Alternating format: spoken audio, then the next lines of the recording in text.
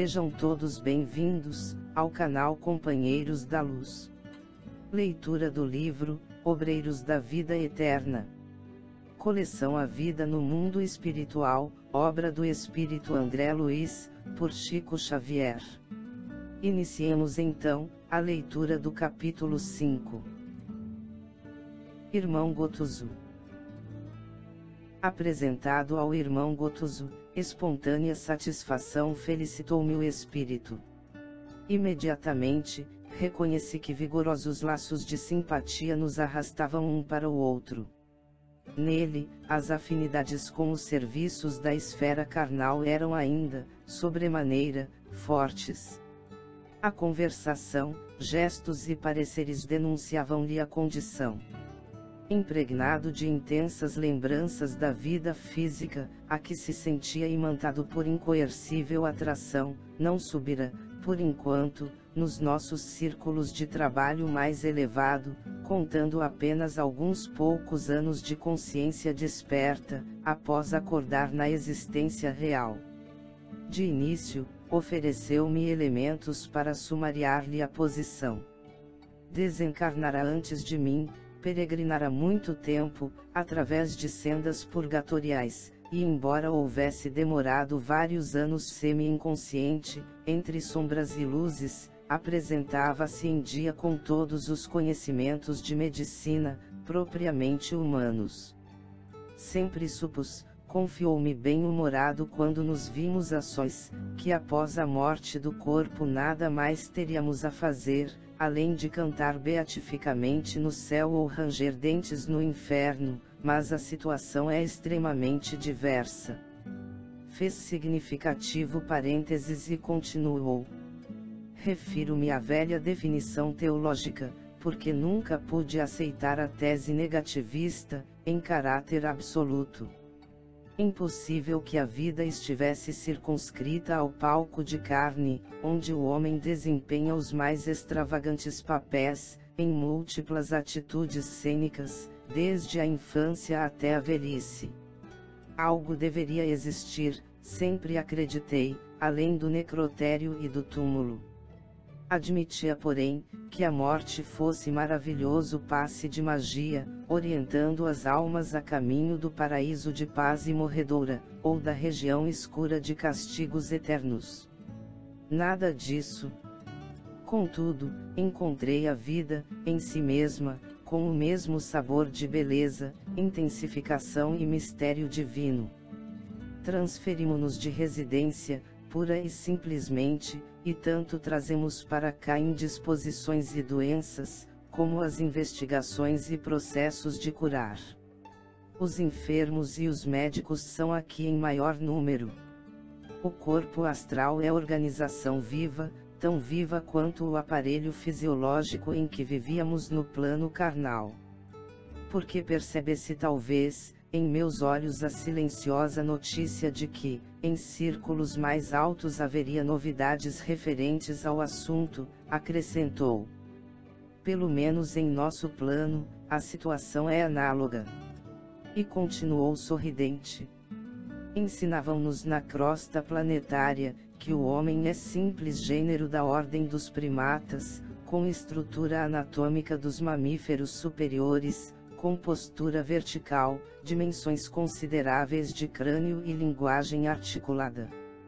Referiam-se os catedráticos aos homens fósseis e pré-históricos, colando afirmativas dogmáticas da ciência oficial em nossa cabeça, como se dependuram cartazes no teto dos bondes.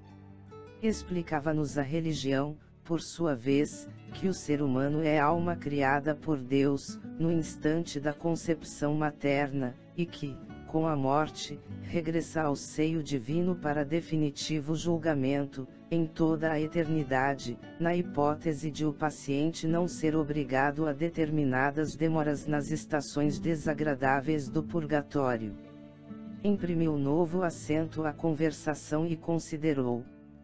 De fato, suponho devam existir lugares mais deliciosos que o Éden imaginado pelos sacerdotes humanos, e com meus olhos, tenho visto flagelações e sofrimentos que ultrapassam todas as imagens infernais ideadas pelos inquisidores. Entretanto, e é lamentável reconhecê-lo, nem a ciência, nem a religião nos prepararam convenientemente para enfrentar os problemas do homem desencarnado. Fizera-se entre nós intervalo mais longo.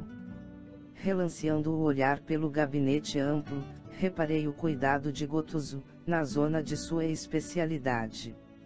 Mapas variados do corpo humano desdobravam-se nas paredes, como se fossem preciosos adornos. Pequenas esculturas de órgãos diversos assomavam, aqui e ali. O que mais feria a atenção, porém, era a determinada imagem do sistema nervoso, estruturada em substância delicadíssima e algo luminosa, em posição vertical, com a altura aproximada de um homem, na qual se destacavam, com extraordinária perfeição, o cérebro, o cerebelo, a medula espinal, os nervos do tronco, o mediano, o radial, o plexo sagrado, o cubital e o grande ciático. Acariciando enlevado a obra-prima, observei. Tem você muita razão, meu caro Gotuso. Se os homens encarnados compreendessem a importância do estudo alusivo ao corpo perispiritual. Sim, confirmou com graça espontânea atalhando-me as considerações, a ignorância que nos segue até aqui é simplesmente deplorável. A personalidade humana, entre as criaturas terrestres, é mais desconhecida que o Oceano Pacífico. Eu por mim, católico militante que fui, sempre aguardei o sossego beatífico depois da morte. Fixou expressão quase cômica e acentuou. Vim com todos os sacramentos e passaportes da política religiosa, passados em solenes exéquias. Creio todavia, que o serviço diplomático de minha igreja não está bem atendido no céu. Não trouxe bastante documentação que me garantisse paz na transferência. Em vão, reclamei direitos que ninguém conhecia e supliquei bênçãos indébitas. Em face do desconhecimento aqui predominante a meu respeito, regressei ao meu velho templo, onde ninguém me identificou. Desesperado então, mergulhei-me por longos anos em dolorosa cegueira espiritual. E francamente, rememorando fatos, rio-me ainda hoje, da confiança ingênua com que cerrei os olhos no lar, pela última vez. O padre Gustavo prometia-me a convivência dos anjos, veja bem. E asseverava-me que eu seria levado em triunfo aos pés do Senhor, e isso apenas porque legara 5 contos de réis à nossa antiga paróquia. Meus familiares acompanhavam em pranto, nosso diálogo final, em que minha palavra sufocada comparecia, em monossílabos, de longe em longe, na extrema hora do corpo. No entanto, se era quase impossível para mim o comentário inteligente da situação, o pároco falava por nós ambos, explanando a felicidade que me caberia no reino de Deus. Médico de curta jornada, mas de intensa observação, a moléstia não me enganou, mas, inexperiente nos assuntos da alma, confundiram-me plenamente as promessas religiosas. Penetrando o portão do sepulcro e não me sentindo na corte dos santos, voltei, copiando perigosas atitudes dos sonâmbulos, para interpelar o sacerdote que me encomendara o cadáver às estações celestes. Incompreendido e cego, peregrinei por muito tempo, entre a aflição e a demência, nas criações mentais enganadoras que trouxera do mundo físico. Certamente, porém, observei, em face da parada mais longa que se fizera, não lhe faltaram bons amigos. De fato concordou. Entretanto, gastei anos para tornar ao equilíbrio indispensável, condição única em que podemos compreender-lhes o auxílio e recebê-lo. Deve, pois, sentir-se feliz agora. Sem dúvida. Comentou Gotuso humorístico, reajusto-me com a tranquilidade possível. A maior surpresa para mim, presentemente, é a paisagem de serviço que a vida espiritual nos descortina. Tenho hoje profundíssima compaixão de todos os homens e mulheres encarnados, que desejam insistentemente a morte física e procuram-na, através de vários modos, utilizando recursos indiretos e imperceptíveis aos demais, quando lhes faltam disposições para o ato espetacular do suicídio. Aguardam-nos atividades e problemas tão complexos de trabalho, que mais venturosa lhes seria a existência totalmente desprovida de encanto, com pesadas disciplinas a lhes inibirem as divagações. Recordando a posição laboriosa da dirigente da casa, em virtude das observações ouvidas, considerei. O volume de nossas tarefas assombraria qualquer homem comum, e cumpre-nos reconhecer que a necessidade de sacrifício nos serviços desta instituição é enorme. Ainda agora, espantou-me a cota de deveres atribuídos à diretora. Inegável. Anuiu modificando o tom de voz, a irmã Zenóbia devotada orientadora, de sublime coração e pulso forte, nos oferece invariavelmente, magníficas demonstrações de renúncia. E tão grande é o serviço neste asilo, consagrado a socorros diversos, que a chefia se reveza em períodos anuais. Neste ano, a administração compete a ela, no vindouro, teremos as diretrizes do irmão Galba. Cada administrador recebe descanso de 1 ano. Indaguei, admirado. Sim, aproveitando-se o período de repouso, em esferas mais altas, ao contato de experiências e estudos que enriqueçam o espírito do missionário e beneficiem as obras gerais da instituição, com vistas ao futuro. Estou informado de que Zenóbia e Galba dirigem esta casa, há precisamente 20 anos consecutivos, ora um, ora outro. Administradores diversos, no entanto, têm passado por aqui, demandando outros rumos, no plano de elevação. De quando em quando, voltam a visitar-nos, ministrando sagrados incentivos à comunidade de trabalhadores do bem. E você? Interroguei talvez indiscreto, onde passa os recreios e entretenimentos. De conformidade com os estatutos que nos regem, possuo também minhas horas de repouso. Todavia, e a sua voz tocou-se de velada tristeza, ainda não posso fruí-las em esfera mais alta. Desfruto-as nos campos da crosta, respirando o ar puro e tonificante dos pomares e jardins silvestres. O oxigênio, por lá, é mais leve que o absorvido por nós, nestes círculos abafados de transição, onde há que lidar com os resíduos do pensamento humano. As árvores e as águas, as flores e os frutos da natureza terrestre, indenes das emanações empestadas de multidões ignorantes e caprichosas, permanecem repletos de substâncias divinas, para quantos de nós que começam a viver efetivamente em espírito. As cidades humanas são imensos e benditos cadinhos de purificação das almas encarnadas, onde se forja o progresso real da humanidade, mas o campo simples e acolhedor, é sempre a estação direta das bênçãos de Deus, garantindo as bases da manutenção coletiva. Não é estranhável, portanto, que aí recolhamos grandes colheitas de energias de paz restauradora. Conhecia de sobra a propriedade de seus argumentos, rememorando experiências anteriores que me diziam respeito, contudo, contraditei com sinceridade. Lastimo, porém, que você ainda não tenha podido visitar regiões mais elevadas. Descobriria continentes de radiosas surpresas, revigorando com eficiência o estímulo e a esperança. Prometem-me para breve, semelhante júbilo, acentuou resignadamente. Ouça, meu amigo, perguntei com afetuoso interesse, qual a razão do adiamento? Poderia por minha vez, interpor minha influência humilde no assunto. O companheiro, que se caracterizara por sadio otimismo desde a primeira palavra, deixou transparecer inquietante emoção.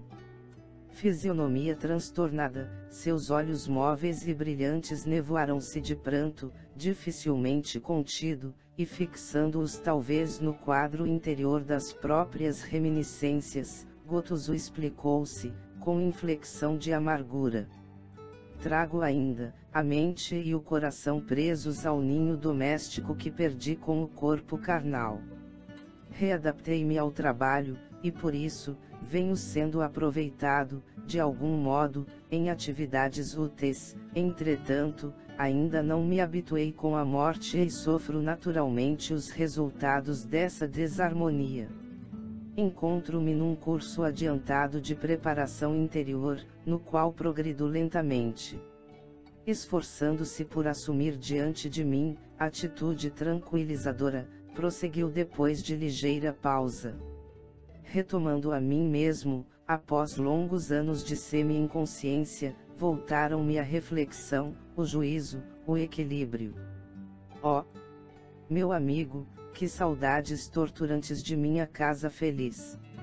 Marília e os 2 filhos, então rapazes de curso ginasial, eram os únicos habitantes de meu pequeno paraíso doméstico. A medicina, exercida desde cedo, entre clientela abastada, conferira-me extensos recursos financeiros. Vivíamos plenamente despreocupados, entre as paredes acolhedoras e quentes de nosso ninho. Nenhum dissabor, nem a mais leve nuvem. Surgiu-nos a primeira dor com a positivação da pneumonia que me separou da esfera física. A primeira nota de sofrimento, mobilizamos o dinheiro e as relações afetivas, inutilmente. Todas as circunstâncias favoráveis de ordem material quebraram-se, frágeis, perante a morte. Marília, porém, prometeu-me fidelidade constante até ao fim, selando o juramento com amargurosas e inesquecíveis lágrimas. Aproximava-me dos 50 anos, enquanto a querida esposa não ultrapassava os 36. Doía-me na alma deixá-la quase só no mundo, sem o braço do companheiro, todavia, confiando nas promessas religiosas, acreditei que pudesse velar por ela e pelos filhos, da região celestial. A realidade, porém, foi muito diversa, e depois das lutas purgatoriais, voltando ansioso à casa, não encontrei rastro dos entes amados que aí deixara. Enquanto perseverava em doloroso sonambulismo, buscando socorro junto à religião, nunca pude voltar ao campo da família, porquanto, antes do tentamen, fui arrebatado em violento e escuro torvelinho, que me situou em terrível paisagem de trevas e sofrimento indescritíveis. No primeiro instante de libertação, todavia, fui surdo a toda espécie de ponderação, rompi todos os obstáculos, e sequioso de afeto, encontrei-os enfim. A situação, no entanto, desconcertou-me. Primo Carlos, que sempre me invejara a abastança, insinuara-se em casa, a título de proteger-me os interesses, e desposou-me a companheira, perturbou o futuro de meus filhos e dissipou-me os bens, entregando-se em seguida, a criminosas aventuras comerciais. Quase voltei ao primitivo estado de desequilíbrio mental, ajuizando os acontecimentos imprevistos. Após prantear a posição dos meus rapazes, convertidos em agenciadores de maus negócios, encontrei Marília, justamente no dia imediato ao nascimento do segundo filhinho do casal. Ajoelhei-me em soluços, ao pé do leito humilde em que repousava, e perguntei-lhe pelo patrimônio de paz que ao partir, lhe depositara confiante nas mãos. A infeliz, fundamente desfigurada, não me identificou a presença, nem me ouviu a voz, mas lembrou-se intensamente de mim, contemplou o pequenino que dormia calmo e caiu em pranto convulsivo, provocando a presença de Carlos, declarando-se angustiada, nervosa.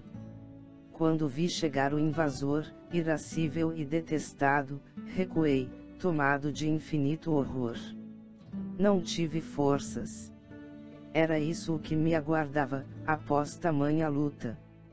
Deveria conformar-me e abençoar os que me feriam. O quadro era excessivamente negro para mim. Em prejuízo de meu espírito, desfrutara uma existência regular, com todos os desejos atendidos. Não me iniciara no mistério da tolerância, da paciência, da dor. E por esse motivo, meus sofrimentos assumiram assustadoras proporções. Gotuso enxugou as lágrimas que lhe correram abundantemente dos olhos, e em vista da impressão forte que o seu pranto me causava, terminou. Quase 10 anos são decorridos e minha mágoa continua tão viva, como na primeira hora. Deixando-o entregue ao desabafo, alguns minutos pesados rolaram entre nós. Gotuso, escute-me, disse-lhe por fim, não guarde semelhantes algemas de sombra no coração. Em seguida, descrevi-lhe sumariamente meu caso pessoal. Ouviu-me atento, confortado. Finalizando, considerei: por que razão condenar a companheira de luta? E se fôssemos nós os viúvos? Quem poderia afiançar que não teríamos sido pais novamente? Não se prenda por mais tempo. O velho egoísmo humano é criador de cárceres tenebrosos. Percebeu-me a sinceridade e calou-se, humilde. E porque o ambiente se fazia menos agradável, em face da exposição dos íntimos aborrecimentos dele, perguntei para modificar-lhe o impulso mental.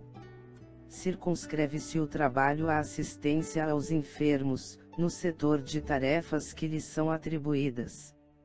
Tenho outros campos de atividade, informou. Fitando-me, algo modificado na expressão fisionômica, interrogou. Já cooperou em tarefas reencarnacionistas? Recordei a experiência que acompanhara de perto, em outra ocasião, e narrei o que sabia. Olhando-me significativamente, tornou. Sim, você conhece um caso de reencarnação, de natureza superior, um caso em que o interessado se fizera credor da gentileza de vários amigos que o auxiliarão, desveladamente. Aqui, todavia, acompanhamos situações dolorosas, através de incidentes desagradabilíssimos para a sensibilidade. São trabalhos reencarnacionistas de ordem inferior, mais difíceis e complexos. Não calcula o que sejam. A verdadeira mobilização de inúmeros benfeitores sábios e piedosos, dos planos mais altos, que nos traçam as necessárias diretrizes.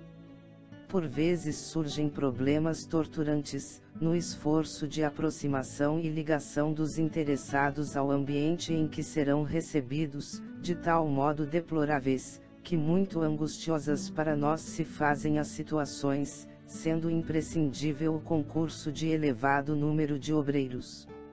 Segue-se a reencarnação expiatória de inenarráveis padecimentos, pelas vibrações contundentes do ódio e das humilhações punitivas. Na esfera venturosa em que você habita, há institutos para considerar as sugestões da escolha pessoal. O livre-arbítrio, garantidor de créditos naturais, pode solicitar modificações e apresentar exigências justas, mas, aqui, as condições são diferentes. Almas grosseiras e endividadas, não podem ser atendidas em suas preferências acerca do próprio futuro, em virtude da ignorância deliberada em que se comprazem, indefinidamente, e de acordo com aqueles que as tutelam da região superior, são compelidas a aceitar os roteiros estabelecidos pelas autoridades competentes, para os seus casos individuais. Por nossa vez, somos executores das providências respectivas, e constitui-nos obrigação vencer os mais extensos e escuros obstáculos. Nesses quadros de dor, vemos pais e mães que instintivamente, repelem a influenciação dos filhinhos, antes do berço, dando pasto a discórdias sem nome, a antagonismos aparentemente injustificáveis, a moléstias indefiníveis, a abortos criminosos. Enquanto isso ocorre, os adversários que reencarnam, em obediência ao trabalho redentor, programado pelos mentores abnegados dessas personagens de dramas sombrios, com longa representação no cenário da existência humana, penetram o campo psíquico dos ex-inimigos e futuros progenitores, impondo-lhes sacrifícios intensos e quase insuportáveis. Interrompeu as considerações, fez curta pausa, para acrescentar em seguida. Repare que a diversidade, entre as suas informações e as minhas, é efetivamente considerável. Os espíritos que se esforçam nas aquisições da luz divina, através do serviço persistente na própria iluminação, conquistam o intercâmbio direto com instrutores mais sábios, aprimoram-se consequentemente, e pelos atos meritórios a que se consagram, podem escolher seus elementos de vida nova na crosta terrestre, como o trabalhador digno que, pelos créditos morais conquistados, pode exigir as próprias ferramentas destinadas ao seu trabalho. Os servos do ódio e do desequilíbrio, da intemperança e das paixões, contudo, que se preparem para as exigências da vida. Aos primeiros, a reencarnação será verdadeira bênção em aprendizado feliz, todavia, aos segundos constituirá necessária e legítima imposição do destino criado por eles mesmos, com o menosprezo a que votaram as dádivas de nosso Pai, no espaço e no tempo. Escutando-lhe as observações, sob inexcedível impressão de alegria e encantamento, não pude sopitar a conclusão que me saiu otimista e espontânea da boca. Gotuso, mas é você, experiente desse modo quanto aos problemas do resgate espiritual, quem guarda a mágoa do lar que se foi. Como pode encarcerar-se no desalento, a deter tamanha possibilidade de libertação? O companheiro fixou em mim os olhos inteligentes e lúcidos, como a dizer em silêncio que sabia de tudo isso, esforçou-se por parecer jovial e respondeu: não se preocupe. Em vista das extremas dificuldades para dominar-me, estudo atualmente a probabilidade de reincorporação no ambiente doméstico, enfrentando a situação difícil com a devida bênção do esquecimento provisório na carne, a fim de reconstruir o amor em bases mais sólidas, junto àqueles que não tenho compreendido tanto quanto deveria. Nesse instante, certa enfermeira assomou à porta de entrada, pedindo licença para interromper-nos e notificou que a turma de sentinelas, em tratamento mental, esperava no salão contíguo. Esclareceu Gotuso que seguiria imediatamente. Novamente a sós, explicou-me, sorrindo. Na esfera carnal, na qualidade de médicos, nossas obrigações resumiam-se ao exame detido das enfermidades, com indicação clínica ou intervenção cirúrgica, e ao fornecimento de diagnósticos técnicos, que outros colegas confirmavam, quase sempre por espírito de solidariedade, dentro da classe, mas aqui, a paisagem modifica-se. Cabe-me usar a língua como estilete criador de vida nova. A casa está repleta de cooperadores que trabalham, servindo-lhe ao programa de socorro, e se submetem aos nossos cuidados de orientação médica, simultaneamente. Não basta, porém, que eu lhes diga o que sofrem, como fazia antigamente. Devo funcionar acima de tudo, como professor de higiene mental, auxiliando-os na germinação e desenvolvimento de ideias reformadoras e construtivas, que lhes elevem o padrão de vida íntima. Distribuímos recursos magnéticos de restauração, com todos os necessitados, reanimando-lhes a organização geral, com os elementos de cura ao nosso alcance, não sem ensinar entretanto, a cada enfermo, algo de novo que lhe reajuste a alma. No outro tempo, tínhamos o campo de ação na célula física. Presentemente, todavia, essa zona de atuação é a célula mental. Observando a disposição ativa do companheiro, meditei no tempo que despendera, antes de participar dos serviços médicos da região superior, a que fora conduzido, e perguntava a mim mesmo, a razão pela qual fora gotoso, tão depressa utilizado ali, na esfera de socorro aos aflitos. Reparei todavia, que o novo amigo não me recebia os pensamentos, nem mesmo de maneira parcial, demonstrando-se menos exercitado nas faculdades de penetração, e acompanhando-o ao recinto, onde o aguardava extensa clientela, notei que a assistência ali era ministrada a doentes em massa, dentro de vibrações mais grosseiras e lentas, exigindo a colaboração especializada de médicos desencarnados que, como acontecia a Gotuso, ainda conservavam regular sintonia com os interesses imediatos da crosta terrestre. Chegamos ao final deste capítulo. Não percam o próximo de número 6, dentro da noite. Muito obrigado, boa reflexão, que Jesus abençoe a todos.